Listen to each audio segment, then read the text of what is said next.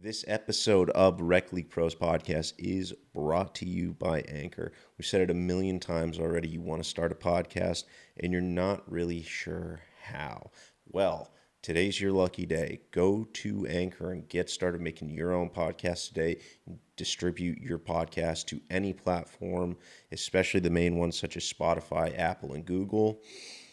You can edit right from the website using sound effects, clipping your podcast clips, rearranging them the way you want them to in post, having bios, everything. You can do it right from the website, and you can start doing ad reads and making money with zero minimum listenership as soon as you get started today. So what you're going to do is you're going to go to the Anchor app, or you're going to go to anchor.fm and get started making your own podcast today. Again, that is the Anchor app. Go download it, or go to anchor.fm and get started making your podcast today. Let's roll right into the intro. Welcome back to another episode of Rec League Pros, baby. It's been a while. I apologize for the wait. Got some stuff going on. Just been a busy guy, but we're back. Got a good one for you as well, too. But before we dive into it, if you have not done so, go and subscribe to the YouTube channel. Turn on the bell notification. Like, comment. On top of that, go to my Instagram page at Rec League Pros. Follow that. You can get all your updates for all the episodes, some snippets, clips, and some stories, some Snap and Instagram stories, or whatever it is. And some of the progress we've been making to the studio.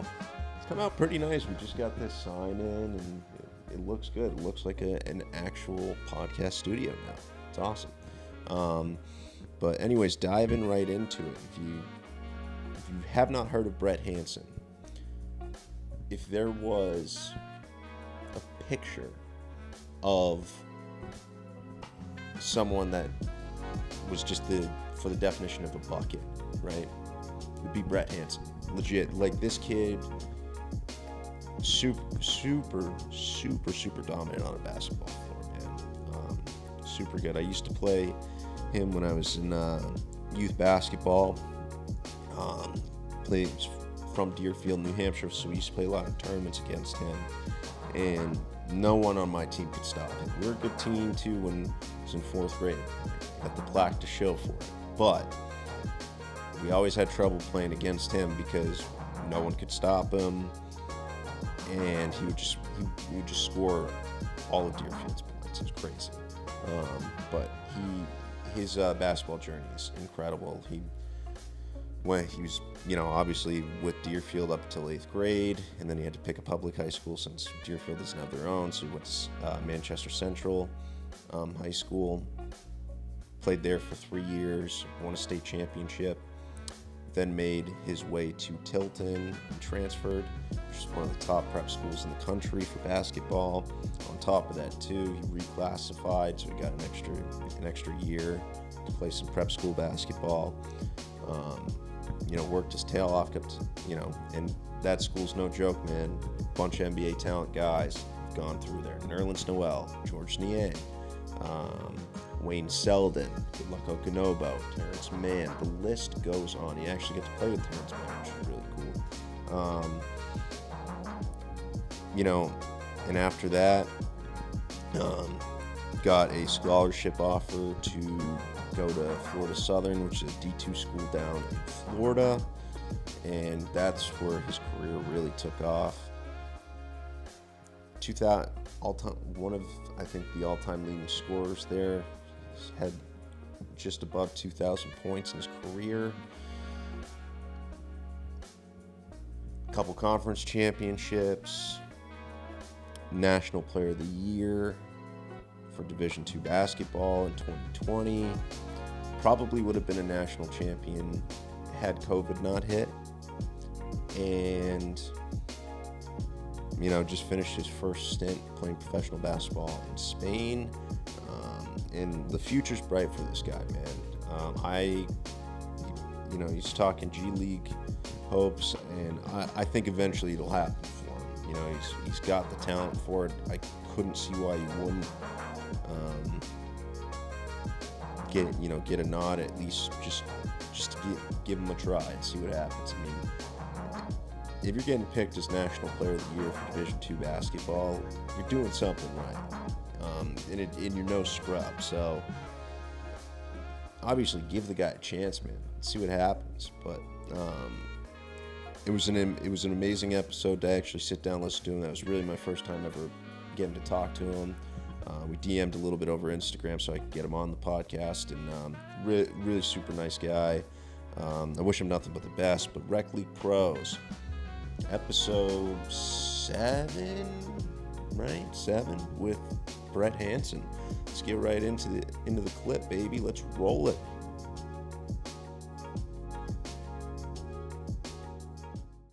We're recording already, so Perfect.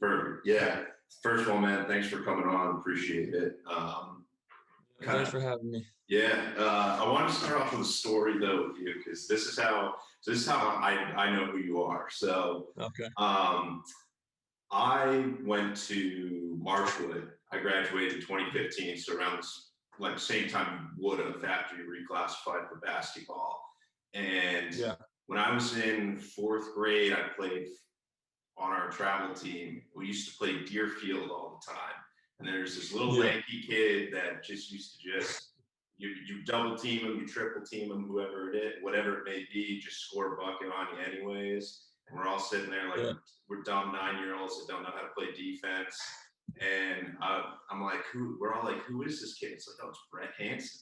And then a couple years down the line, I saw it's like you were playing Central High School in Manchester, where I had 2 cousins that graduated from there. So he won a state championship there, and I was like, oh shit, that's the kid I used to just fucking destroy single-handedly. It was like you were your entire team's offensive player.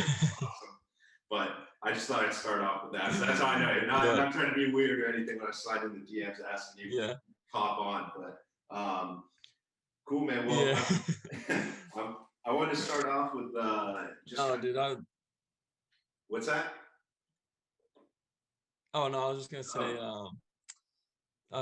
those tournaments were amazing, dude. I used to love going there, and that honestly was like helped shape me as a player, you know. Yeah.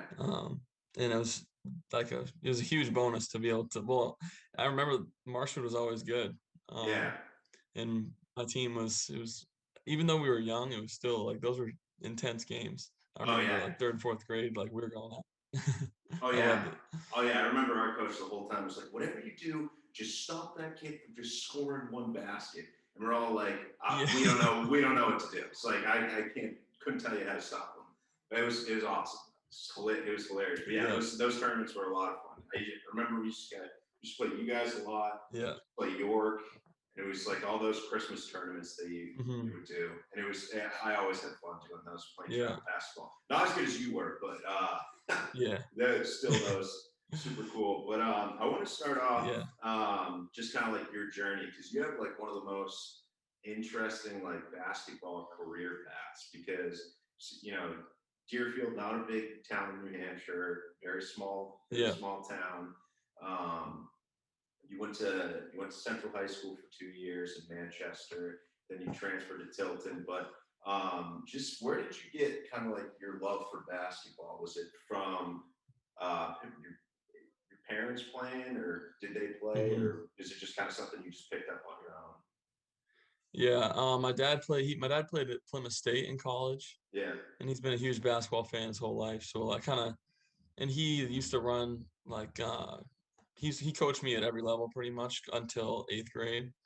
So he was always a big influence on me, introduced me early. And I played baseball and soccer growing up too, but basketball I knew kind of was always the path I was going to take. But yeah, he definitely instilled that like love for the game. And I think even it didn't necessarily start out like I love basketball right away. You know, it took a while for me to love it personally, because like I was always in the gym because he was in there, and I definitely liked it. But I think the game grew on me as I got older. Yeah, I mean, And I think that's like the nice thing is like when if it's something organic like that, where you just kind of like pick it up naturally and you kind of realize like, oh, hey, like I'm good at this. I like doing it and so on. Yeah. But so how does like your like Deerfield work in terms of like school? So it's like, did you guys have like your own school system up until like a certain time period? Because I know like Yeah, once you get it's to yeah, I know once you get to high school, yeah, you it's kind of have to pick your where you go. yeah. So it's actually so Deerfield's kindergarten through 8th grade. Yeah. Um, the small town, and so I spent my those 8 years there. And it was good. It was good I mean, you're a big fish in a small pond in a town like that, kind of. And then after 8th grade, you're supposed to go to Concord High School. And so I actually, when I was going into high school, I was playing summer league with Concord. I was like, I'm planning on going to Concord High School. Even their basketball program wasn't very good at the time. Right. And I played the first summer league game, and then the next one, the head coach there sent me to the JV team instead of the varsity team. And me and my dad are like, what's going on here? Because like I was still at that point, like I was definitely one of the better players in that program. I should have been playing on the varsity team. And I was like, you know what, maybe we should rethink this. And so then I was like, one of my best friends, Troy Peltier, who he played basketball at the time, but he played football at Lehigh. But he went to Central, and he was like, come, like our team's good. And so the next week I was like, all right, I'm playing for Central. And I went and played summer league game for Central, and Concord was playing after us. And they walked in, and I'm playing for Central, and they're like, what the heck's going on? And so after that point, I was like, you know what, I like Central. It's a bit better basketball culture. And I think that was a huge decision that helped my career progress, was going to Central, because I went to Central and I was challenged a lot more. Because I didn't play pretty much any minutes on varsity that for my freshman year, but I got so much better. Just I practiced with them, got the crap kicked out of me every day, and it really helped my career. Yeah. Well, I mean, that's also like that Manchester area when you talk about like basketball talent. There's a lot of guys that are like that have played really well and have gone to some pretty big colleges. I mean, you Yeah. yourself, like you went to Florida Southern. This kid that was from Manchester too that went to Kentucky. I'm forgetting his name off the top of my head. He's in the NBA. Wendy Gabriel. Yeah, Wendy Gabriel. And there's like some other people I'm sure too, but so your freshman year was just it was just you're just kind of like sitting on the bench and then just kind of like swinging down a little bit just to get some minutes of playing time. Is that how that you were saying it worked? Yeah, so I played JV the whole year, and so I did both. So that was like I had every day 2 practices a day. It was a lot of work. Like me and 3-4 other kids did it, and we were in the gym for like 4 or 5 hours a night. But it was like everything, it was beneficial. It ended up being beneficial, and I had worked my way. I was about to start getting minutes my freshman year, and I played in the JV game. A kid slid under me, took a charge, and I landed on my hand, and like felt kind of weird. I was like, oh, whatever. But then it's pretty painful, but I didn't want to say anything because I was thinking I was going to play, and I was the first sub off the bench in the varsity game for like I was pumped about it, and I was like, I can't go. My hand, I couldn't even, by that point I couldn't even like hold the ball, and I had broken my hand. I had come to find out, but so that was kind of unfortunate and kind of hindered my progress that I would have been making that year. So I missed like 4 weeks because of that. Yeah. Well, I mean, then you come in your second year, you're basically starting. So how did you guys graduate a lot of people then, or was it just you just progressed a lot more and came back 10 times better than people had anticipated? I think we graduated a couple guys. We were still think we were a 1 or a 2 seed the next year, so we were still real good. But I made a big jump from my freshman to sophomore year physically. My freshman year, I was like 5'9" probably, and just real lanky and skinny. I put on a little weight and grew. I was probably like 6', 6'1", by my sophomore year, so that helped a bunch. Like my freshman year, I just wasn't physically ready for that level. Probably I was a little small, and so that's why I made such a big jump because I always had the skill and all like the basketball sense, and so once I physically caught up, that's where I made the big jump. And what was that whole season experience like? Because I mean, you guys had an incredible run. Like they were just because like I played like Maine high school basketball, so it's like obviously I keep tabs on like a lot of Seacoast teams like Portsmouth and Summers was because we grew up playing them just because we were on the state line. But I remember like the New Hampshire State playoffs. I always played at UNH, and one of the division games for the state title was you guys, and you guys won, and I was like, holy shit! It's like here he is again. It's like it's the kid that just freaking busts everyone down, scores like 20 points. It's incredible. So, how was that just like progression wise, and then like you kind of getting into this like journey of playing like high level basketball after that, because it was all uphill for you from there.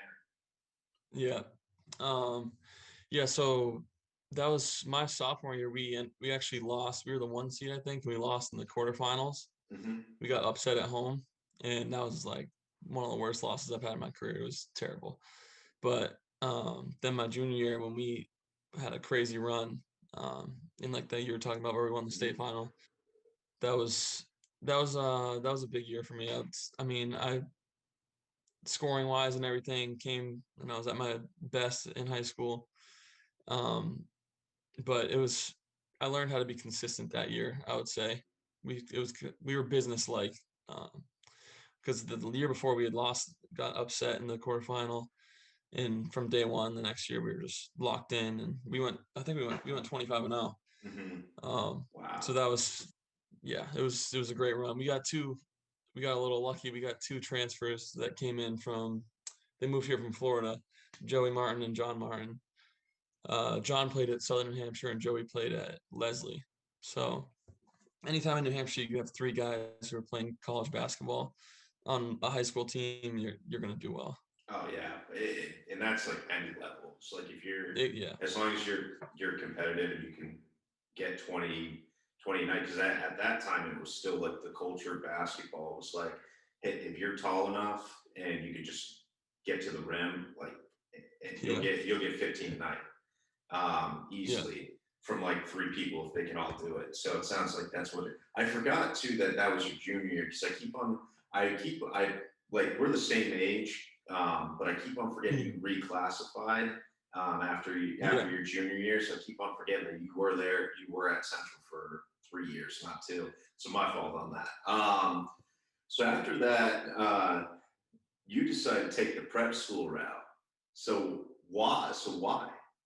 Just out of curiosity. Could you repeat that? Actually, I lost you. My bad. What I asked was, you went the prep school. No, you're good. You went the prep school route after your junior year. So, why take that route? Just out of curiosity, with all you had all the success at Manchester. You're kind of I'm not saying you weren't at Tilton or anything, but why the prep school route though? Yeah. I think so. Throughout my career, I started off at Deerfield, small town, and then I had a lot of success there. I was the best player in the area, and I wanted a new challenge, so I went to Central, then kind of worked my way up, and became the top of that area. And then after my junior year, it was kind of like I was like in the player of the year voting, like top 2, 3 guy. I was averaging like over 20 a game. I went 25-0, won a state championship. It's like what more do I have to accomplish at this level, you know? Mm-hmm. So that off season, I was talking with my parents, and we were like, if you want to really take your game to the next level, you got to go play people who are better than you. And so I'd always been intrigued by the prep school route. And it kind of fell into place, and I went up to Tilton, checked it out. I liked the coach. I liked everything up there. And I was excited to play at a level where there's guys, I mean, like Terance Mann was on my team. I had Rob Martin, like just guys who were like freaks, you know, like it's a completely new world of basketball up there. And so I thought it was the jump I needed to make if I wanted to really push. Cause like, if you stay in New Hampshire public school, there's kind of a cap. Like you only get so much respect for averaging 25 a game, you know? It's like, yeah, you're doing really well, but it's at what level are you doing it? It's not, you don't get that much credit. You know? Right. Yeah.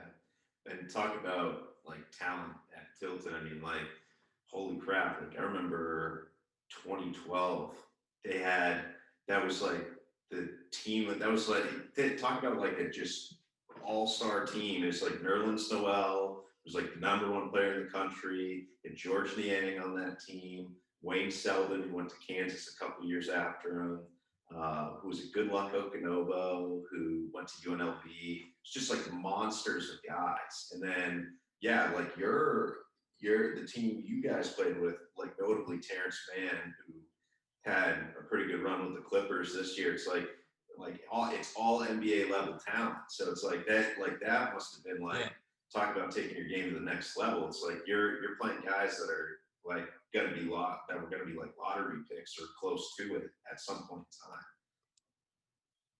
in Yeah. time. Yeah, no, that was a great experience for me. And it kind of gives you a reality check, you know, like it's like you're killing in New Hampshire, but you're not that good yet, you know. So it was good for me to go there, and honestly, you learn a lot from those types of guys. Like learned a bunch from Terance. And even Marcus O'Neal, the coach up there, like he coached all those teams. He's coached lottery picks. The knowledge he has is immense. So yeah, it was I think it was the right decision. It was a tough decision at the time to leave my friends in school, but I think it ended up being the right decision. Yeah, and that's what I was going to get into next with you, was what was Marcus O'Neal like as a coach? Because I mean, like, yeah, he's coached all these tremendous teams. Like a lot of people seem to forget like what Northeast prep school basketball really was. If you like look at some of the guys that have played prep school basketball in the area, whether it was Brewster Academy, Tilton, what's the one up in Connecticut that I'm missing, drawing a blank on? But it's just endless prep schools, and all these schools have had at least a couple guys on their team that were all NBA level guys. So what was he like in your development once you got there? Yeah. Marcus was he's an interesting guy. He's kind of a character, and he's got a real unique personality. He's very calm and like settled until he freaks out, and then he goes nuts. But he's got the right personality for keeping those types of like, because you at that level you get some like it's a lot of egos. Not necessarily like when I was there with my team, but previous guys he's dealt with. Like you have guys that everyone's telling him, "Oh, you're the best. You're the best. Like you're gonna be a top 5 pick." And he brings you back down to earth. I would say that's one of his best qualities. He's he doesn't like that doesn't fly with him. But his knowledge is really like, he honestly is because he would play pickup with us. Like, oh really? That's awesome. Yeah, and he's like, he has the weirdest game of all time. Like he'll be posting you up and like jump, spin, and bank it. Like and I swear, awesome. Like if you watch George Niang play, like he definitely has stolen some things from Marcus, I swear. Really? Yeah. with that slow motion. Because he's got that George Niang has like that unorthodox, like slow body movement of a game where it's just like if he's like in the post or anything, he tries to like do like a post fadeaway or something. It's like you're watching it in slow mo on rewind or something at the time. Exactly. Yeah. So, it's like men's league. Oh yeah, it's hilarious. So what was it? I gotta ask, like, what's Terance Mann like as like a person? Because I'm like, you're obviously like friends with him, so it's like, and you played with him, so I'd like to think you know him pretty well. So what's he like? He sounds like a character. I did a little bit of digging on like your Instagram, just to see like some stuff from like maybe I could get a little bit of research on you. And I saw in the comments he likes to roast you a little bit. I guess you should go throw him some. I guess you didn't throw him any lobs or anything when you guys were at Tilton. Yeah, that's definitely a lie though. I was throwing him lobs, but no, Terance is a great guy, and he's with this all the ego stuff I was talking about with previous guys. Like he's the complete opposite. Mm-hmm. Like real humble. He grew up in a basketball family. His mom has been a basketball coach for a long time, and he's got a high IQ. He's a great locker room guy, fun to be around. Like I can't sing his praises enough. He helped me a lot. It took me a while, honestly, to earn his respect, I would say. Because coming into Tilton, none of them knew who I was. Like I wasn't playing on any AAU circuit with them or anything. I'm just this like scrawny little white kid, and I definitely like through playing hard and stuff, earned a little bit of his respect. But now, yeah, he's a great guy. He's a good friend, and he's one of the guys when people make it to the NBA. Sometimes they forget you, not forget you, but like they just forget everyone when they were growing up, and they're like, oh, like I don't need them anymore. But he doesn't do that. Like he stays in touch, and he's a great guy. That's awesome. Yeah, those are the guys you like have a lot more respect for too, because it's like they see things bigger than who they are as a human being, and that's just like those are the people you want in your circle, which I think is awesome. For sure. So on top of like Tilton too, you played AAU for BABC for a little bit too. So that's like the UIBL. That's like a big AAU circuit too. So did you get the chance? So did BABC make it to the Peach Jam when you were with them? Yeah, we went to Peach Jam. We were actually, I think we were like a high seed in Peach Jam. We had a good year, and that was a really cool experience. Oh like, yeah. It was, like the coaches watching you. You're like Coach K, Calipari, Roy Williams, all sitting there. It's nuts, honestly.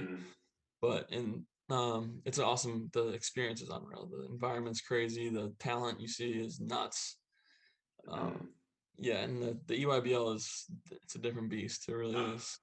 Growing up, when I was playing these rinky-dink tournaments, I'd see like BABC come in. I'm like, oh god, they're about to they're dunking on everyone in 8th grade. But yeah, it was a cool experience to play for them. Yeah, and I mean, like when I've seen like the videos of the Peach Jam stuff when they like do kind of like the highlight reels, or they've done like a couple like docu-series on like YouTube where they kind of give you a dive into like what the Peach Jam is like. They did one series when I think it was Antonio Blakeney and Ben Simmons were both on a team together. It was just before they were going to LSU, and they did like a run through with their team and like what their experience was like Peach Jam wise. So yeah, I mean, just seeing a lot like the people that go through there and play in that tournament, like to be a part of it, and seeing like Roy Williams, Coach K, Calipari, like all these like big name guys like you could only imagine to like see, and they're watching like your game is like incredible. I would have been starstruck. They seem like they're not real people, and then you see him and he's like just sipping a coffee. It's like, oh, he's just a normal dude, like just chilling. So some of the teams that we played MoCan. They had Trae Young, Michael Porter Jr. on the same team. Like, just freaking ridiculous. Like, how do you contend with that? Our coach was yelling at us Trae Young was pulling from half court, and he's like, "You're gonna let this Division III point guard like beat you guys?" We're like, "Coach, he's got offers from Duke, everywhere else." Yeah. It's ridiculous. So who was probably the toughest? Who's one of the toughest players you had to play in that tournament? Then was it? I would say Trey? Michael Porter Jr. Honestly, Yeah. just because physically at the time, like he's 6'10", 6'11", bouncy, and can shoot it. I was like, this kid's ridiculous. Well, he's a dog when he was in high school, like just playing because he just like that's the thing. It's like it's the same. He kind of reminded me a lot of like athleticism was like Aaron Gordon when he was in high school because everyone thought Aaron Gordon to be like the next Blake Griffin. He just had crazy bounce and Porter was kind of like the not so much like the dunking stuff, but just like his physicality where he would just kind of like bully you just to get an extra rebound. He can shoot mid range, shoot outside a little bit. And he's still actually, to be honest with you, like he's a really good player, like for the Nuggets right now. It's like he just like they just have their guy right now in Jokic, who's like obviously like you're gonna have him as like your go-to guy, but it's like he's a great role player. So that's awesome though. So I'm curious about this with you too, because like I mean you did all these circuits. You played top level prep school basketball. You played at the highest level you could for New Hampshire high school basketball. What was your recruiting process like? Were you obviously you went D2, but were you looking at a lot of D1s as well too, or were you just kind of just seeing what was out there and what was the right fit for you? So my recruiting process started pretty like my junior year. So when I reclassed, that junior year I started getting like some Ivy Leagues, Brown, Dartmouth. I was talking to them a lot. And then low major, like UNH offered me, UMaine, UMBC, and just so pretty much America East. I talked to Holy Cross a little bit. So I have been, and I was talking to all these schools, low major schools, and I was like their third option for all these teams. And it was frustrating. So I had all these low majors, and I went and played in the EYBL, and that level was just honestly, it was too high for me to get recruited out of. I don't really need Coach K watching me. I needed like low mid major, So it kind of came to a standstill. Like I was either I had to pick these low major D1s that I don't really want to go to, or think about going D2. And I was getting frustrated because it was just a long process. It was like April of my senior year, and I'm still these schools are like just waiting for one person to either commit or not commit, and then they would take me. So I was like, I don't want to be someone's second or third option, basically. And I'm sick of waiting out. So my dad suggested, he's like, because my sister went to Florida Southern at the time. Oh, okay. And they had won the national championship like the year she got there, I think. And so I was like, all right, I'll check it out. Like I'll just, if I'm going to go D2, I might as well go somewhere warm and get out of the snow. So, so I went and took a visit there. And just like from the second I got on campus, I could tell I was the main priority of the coaches. They were like personable. I'm not like I was a person to them. I'm not just a recruit, I had good conversations and it was friendly. I loved Coach Donnelly right from the start. And it just felt right. So I had a great visit, came back, and I'm talking to my dad. I'm like, I was almost embarrassed that I was going to commit and go Division II at the time, because my whole life I'm like, I want to be a Division I basketball player. Division I, like that's all. That's your proving ground. It's like, oh, I went Division I, And he's like, who cares? Like, it's a great school, great level. Like, what are you gonna like? If I went, UNH would have been good, but you're freezing still, and the America East is not that great. and UNH also, this, I don't want to like throw them under the bus or anything, but like late in my recruiting process, I was thinking about, I was like, I called them back because I had left their offer out for a while.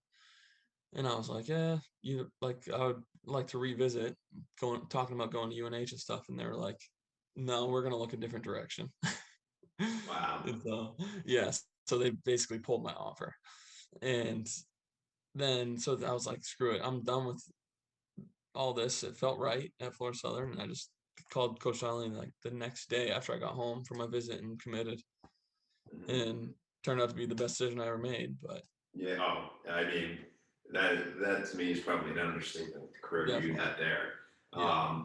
and that's I it's funny that you brought up the stigma of like you feeling that way about like a D2 school because when you look at kind of like the hierarchy of like college athletics, a lot of like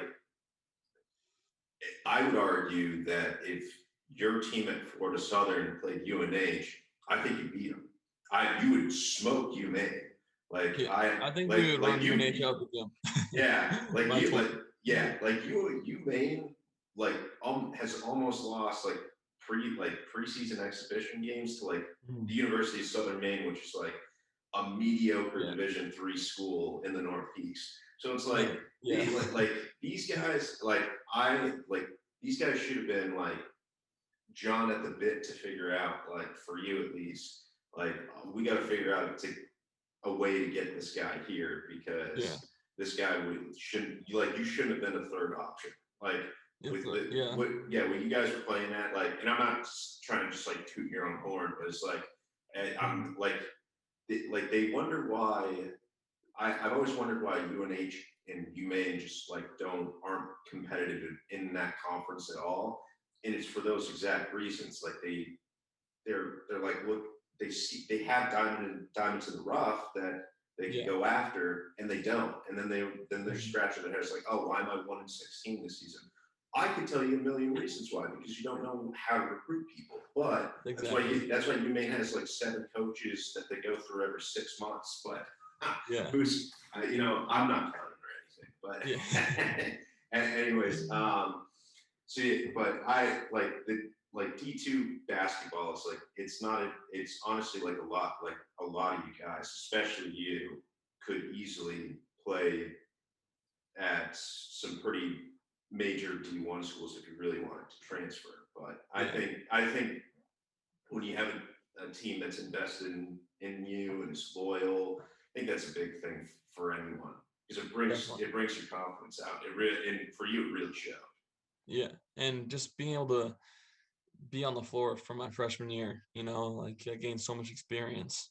Just you kind of thrown into it, and like you get to play high level college minutes as a freshman. That's a bonus because a lot of these places kids go and they just, if you get like 5 minutes a game your freshman year, it's like it's not doing you any good. Yeah. And also I have a funny story about the UNH coaches were in Dunkin' Donuts one day, and my dad went in. He was getting a coffee. He was working up in Durham. He goes in there and he's like, they're all sitting down, and they recognize him because I took a visit there and met them and everything. And they're like, "Oh, how's it going?" My dad's like, "Oh, how was your season?" They were like, it was all right." And he's like, "How's Brett doing?" He's like, "Oh, good. He averaged like 20 points a game." So he scored 1,000 points. This was after my junior year. Yeah. And kind of like bragging to them a little bit, but not like crazy. It's kind of just saying like you blew it. Yeah. Basically. But and they lost. They told them a story. They lost to St. A's in a closed door scrimmage by like 30. Yeah. Like St. A's blew them out. Well, St. A's is one of like the best D2 basketball schools in the Northeast. Yeah. They're really good. They usually make some pretty deep runs in the NCAA tournament. They're always the ones that tend to come out of the East region out of it. And they've had some pretty good, like they've had some D1 guys that have transferred there just because of how great the program is. Like they won because I went to Franklin Pierce, which is a D2 school too. and they would win the NE10 conference every other year. It was either them or like once in a while SNU would kind of like wiggle their way in. But SNU was like kind of like an up and down like kind of program, which is surprising the facilities they have now.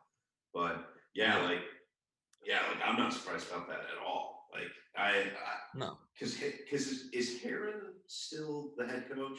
I think at UNH. Yeah, he is.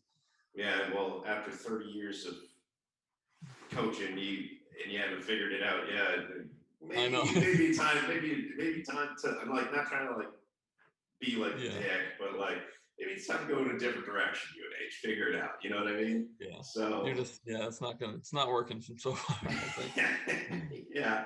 So Florida Southern. So I mean, obviously, like you got your minutes right out the gate. So did you have any issues like transitioning from like the high school, prep school, and AAU circuit level to college? Because I feel like I've known a couple guys that played at Franklin Pierce, and their journeys were night and day. Not saying like they couldn't keep up with like the pressure and the competition, but I think they put themselves in a reality where it's like, oh, like I'm not going to be scoring 30 points a night sometimes anymore. Like I'm maybe gonna get 10, and I just got to figure out ways to contribute. So do you have any issues right off that freshman year, just like kind of transitioning?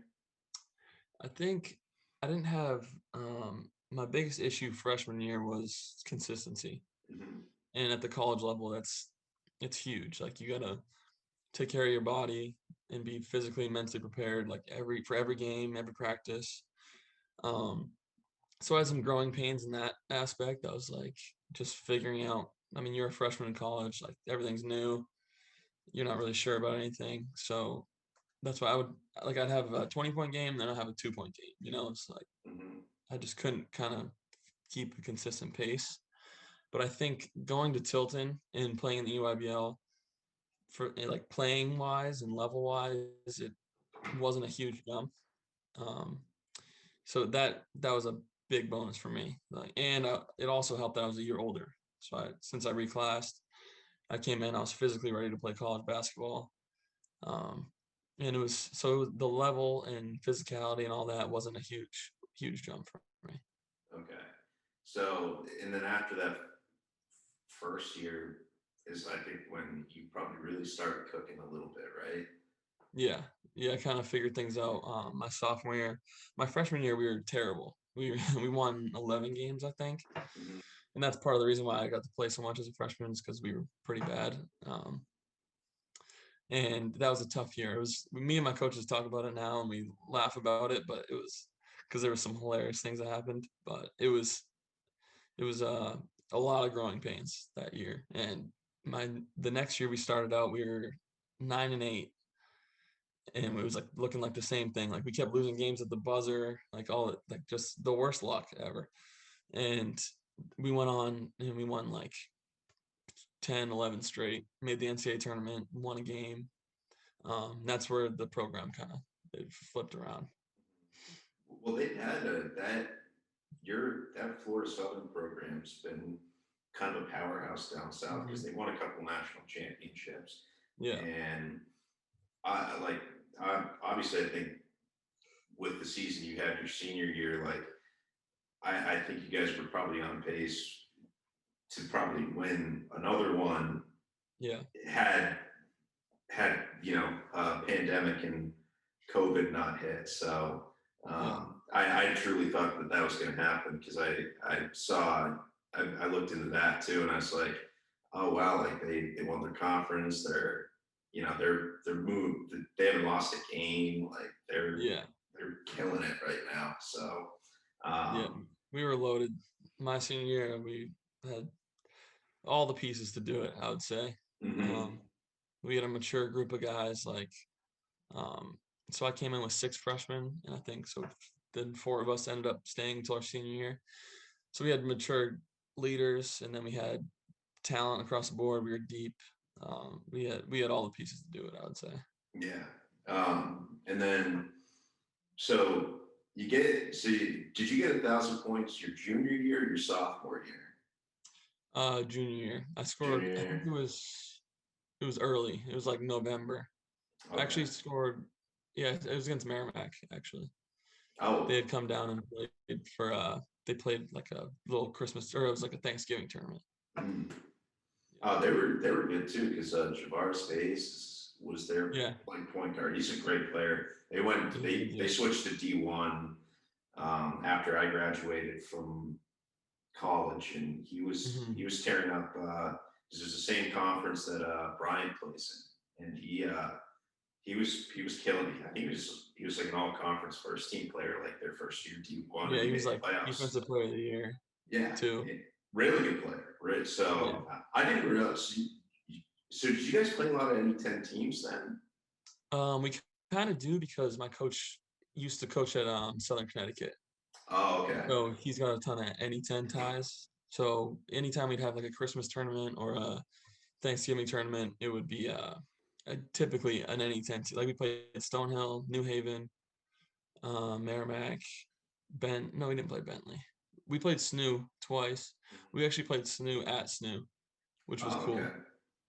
So that must have been a lot of people from Manchester, could come watch me play. It was cool. Yeah, so that must have been a cool homecoming thing then too.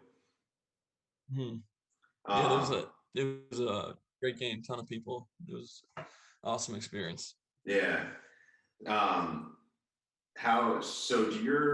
Did your parents, since your sister went to school with you at Florida Southern too, were your parents still living up in New Hampshire, or were they down with you guys?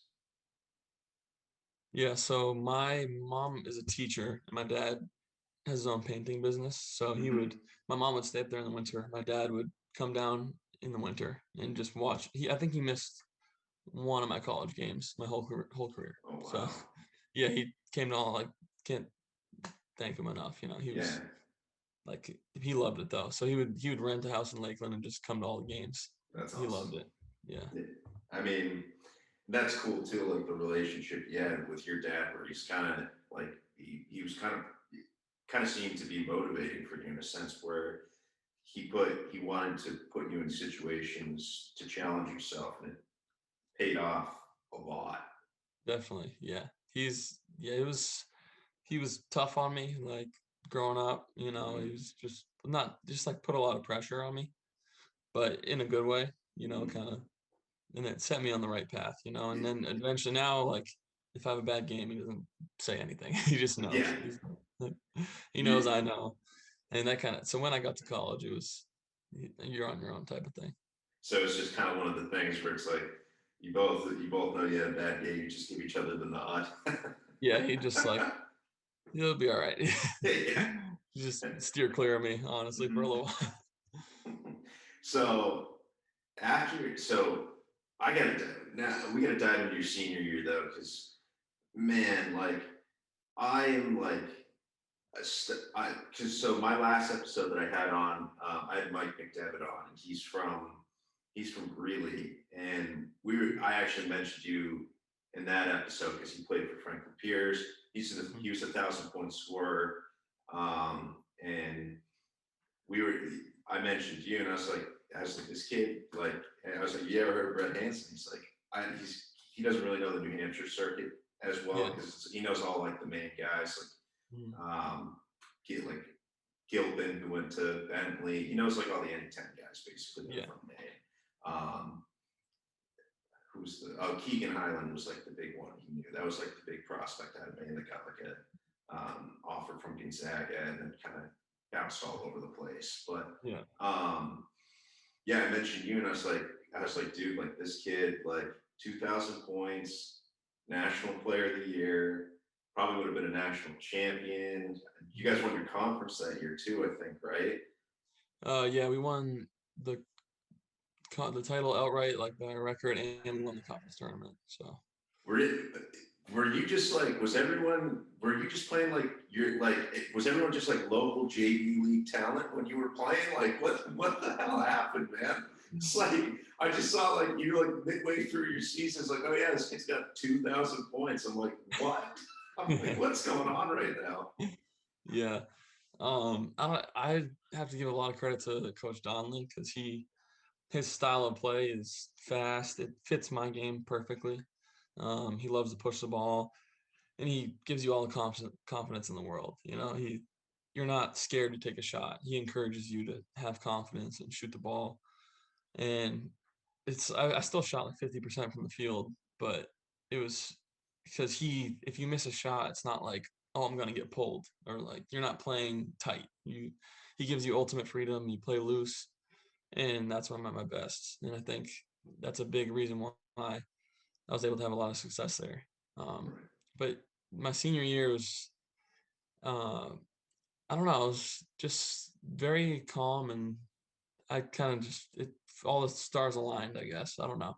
It was like I knew even if I had a bad first half, like if I had like 4 points, I would be like, had all the confidence in the world that I was going to come out and have a great second half. Yeah. So I think, and that's been an issue for me in my career is like getting too high or too low. Like if I'm playing terrible, I'd get all in my head, and then I'd be useless the rest of the game. But I think my senior year, I was like just level headed, and it helped me a lot.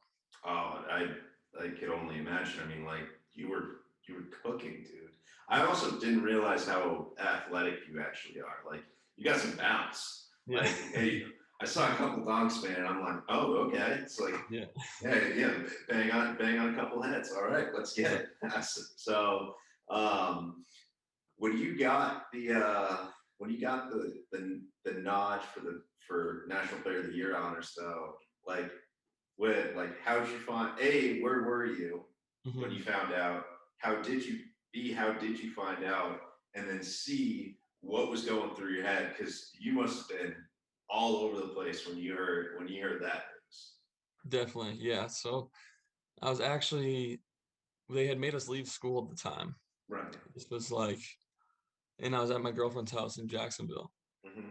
And my dad called me, and he's like, I think you won Player of the Year. And I was like, all right, like, shut up. You're messing with me. Because I didn't really, I knew I was in the conversation for it. But I wasn't expecting it really, honestly. And he's like, no, seriously, like Coach Donnelly, because my coach Donnelly, he was on the committee for everything, basically, for the NABC. So he heard early, and he told my dad. My dad wasn't supposed to tell me, but he blurted it out in like 2 seconds. But it was cool. Like when he first told me, I was shocked a little bit. Then I felt like just it was good. It was emotional too, because and my dad told me, he helped me and formed the player I am today. So it was cool that he got to tell me. And like it was like, oh, it all paid off. Like everything that happened, all the different paths I took, and it was like, this is how it was supposed to go, basically. Yeah, well, it's like it's one of those situations. It's the Cinderella story ending where it's like you you know you played against some of the best players in the country. You were on some of the best circuits. You were playing with some of the best teams, and then you finally got to have the spotlight for a change instead of kind of being like a guy that was a role guy. And as soon as you got your moment, you took advantage of it. So it's like, okay, like honestly, man, like congratulations, because like to see a kid like someone's story like you, where small kid in New Hampshire that just like is a walking bucket that hasn't like necessarily like gotten the limelight because of like who he like because of the teams you've been on, and then to see just like growth in a sense of like you are unstoppable and you're on top of the world. It's like it was crazy to see, man. Like I'm just now, it's like I was talking to my other buddy that played on that travel team with me when we used to play you guys all the time, and I was like, yo, dude, I think Brett Hanson, remember Brett Hanson? He's like the kid that played for Deerfield that used to just like tear us up. And I was like, yeah, it's like, I think he just won National Player of the Year for Division II. It's like, no freaking way. And I said in the post, and it's like, wow, it's like crazy to think about. So honestly, man, like your journey's incredible. But My next question for you. So you finished you just finished your first pro season recently, right? Yeah, I got back in end of May. I got back. Mm-hmm. I played in Spain. I was in Barcelona. Mm-hmm. It was cool. I joined the team. They had already played 7 games, so I joined a little late. I went to Barcelona in beginning of January. I went, and it was kind of it was a weird year. COVID tossed the wrench and everything. Because right after I won Player of the Year, I'm like, okay, finally I have the recognition, I have all the accolades. It's like I'll have opportunities to play high level pro basketball. Like I was thinking I would have some G League opportunities. I was thinking I would have like really high level to play at overseas. And then COVID came and I was like not hearing much. The G League didn't really start. They played in a bubble like way later. Yeah. And I was like, it's always my whole career. It's been like, you have to prove yourself no matter what. And Mm-hmm. no one's going to give you anything. They don't give you a single thing. And it's like, it's the same thing is kind of happening with the pro experience, I would say. So I just had to prove myself all over again, kind of. Mm-hmm. So I went and played in Spain, and it was cool. It was a good experience. It's in the Silver League, so it's like the third league down. Um, which there's still like every American over there was a Division 1 guy, Mm-hmm. like good players, and it was a good level. It was just an adjustment to play their style, and it's different than American basketball for sure. And that's what most people say too when you talk to people that get the opportunity to play professional basketball overseas. It's a whole different vibe, and Mm-hmm. um, it's not always like depending on the situation you're in. It's not always like that. Like you have the title of professional basketball, but it's not always the glamorous lifestyle that like Oh no. that you get with the title. So it's like you get what you're playing for in our particular league. So are you planning on going back to that same team, or are you planning on I'm definitely not going back to that team. Uh, I don't think I'm gonna go back to Spain in general. Mhm. If I could move up to the Gold League, I would think about it. Um, but right now I'm looking at some teams in Germany and a team in Bosnia, so that are better leagues, better level, Mhm. but still things got to fall into place. So right now I'm just working out, and that's one of the hardest parts is like you don't like I'm working out, but you don't know what for necessarily. It's not like, Right. oh, my training camp starts on this date. Like I'm trying to get to there. It's kind of like you got to work out indefinitely, and you could get a call and you have to leave by next weekend. So Right. it's a bit different than going in to play like a college season. Is it tough sometimes too to get like a visa and stuff like that, like so quickly, or do they have that all kind of like figured out for you right out the gate? Yeah, that was kind of tough at the beginning just because of COVID. That's what made it tough. Right. I had to get it was like an approval from the Spanish government through to FIBA to let me like get a work visa basically. Right.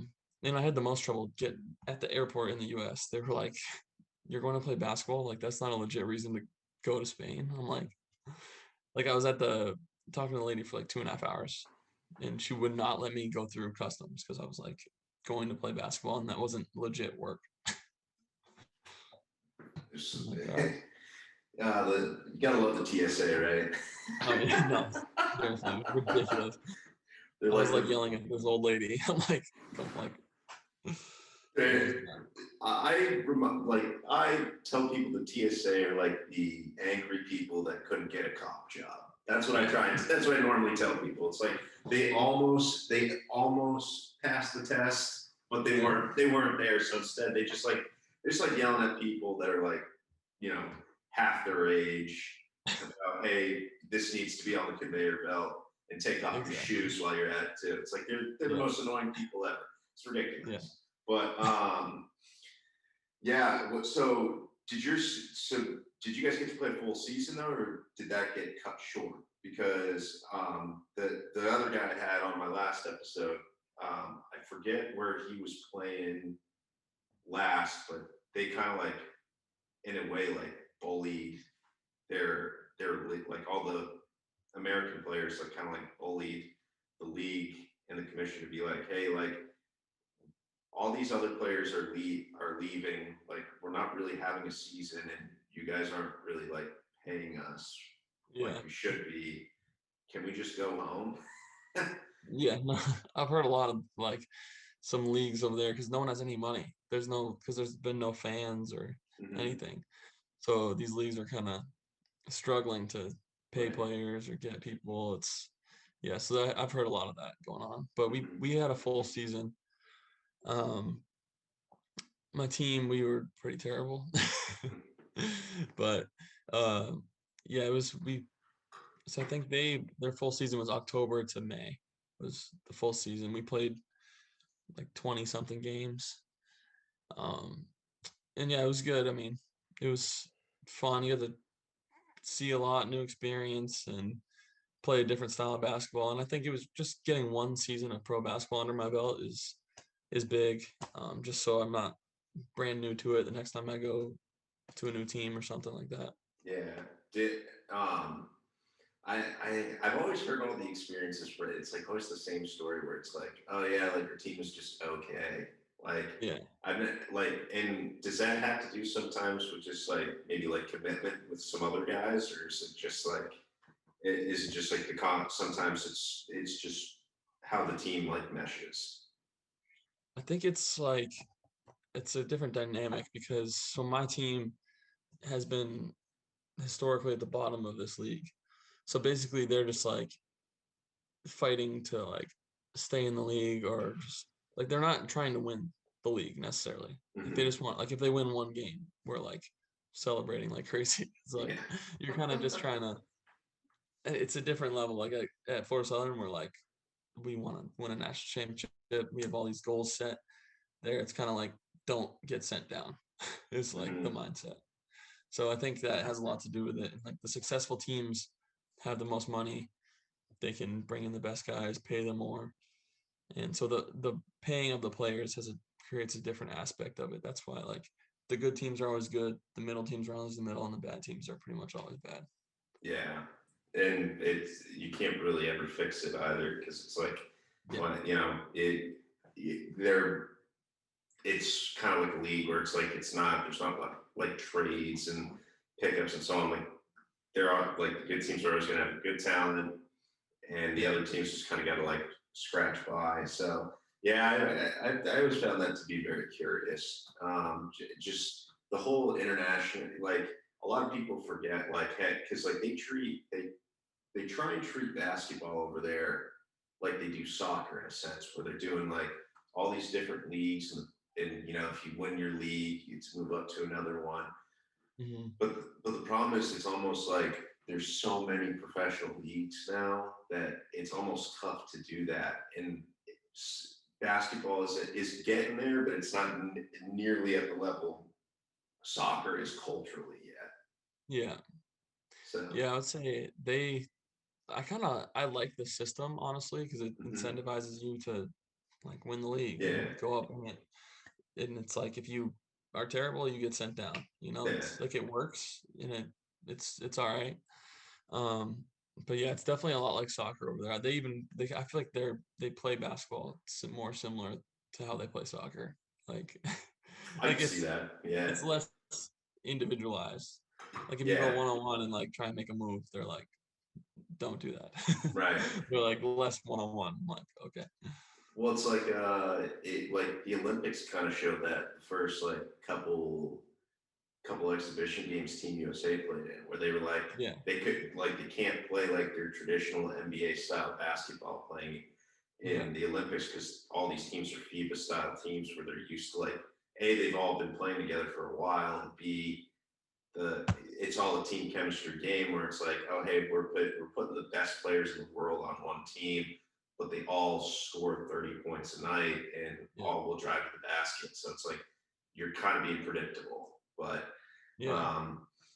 it's you know that is like, I think for a lot of guys that are looking at like the professional league, so there's a lot of opportunity, I think, over there if you find the right opportunity for sure.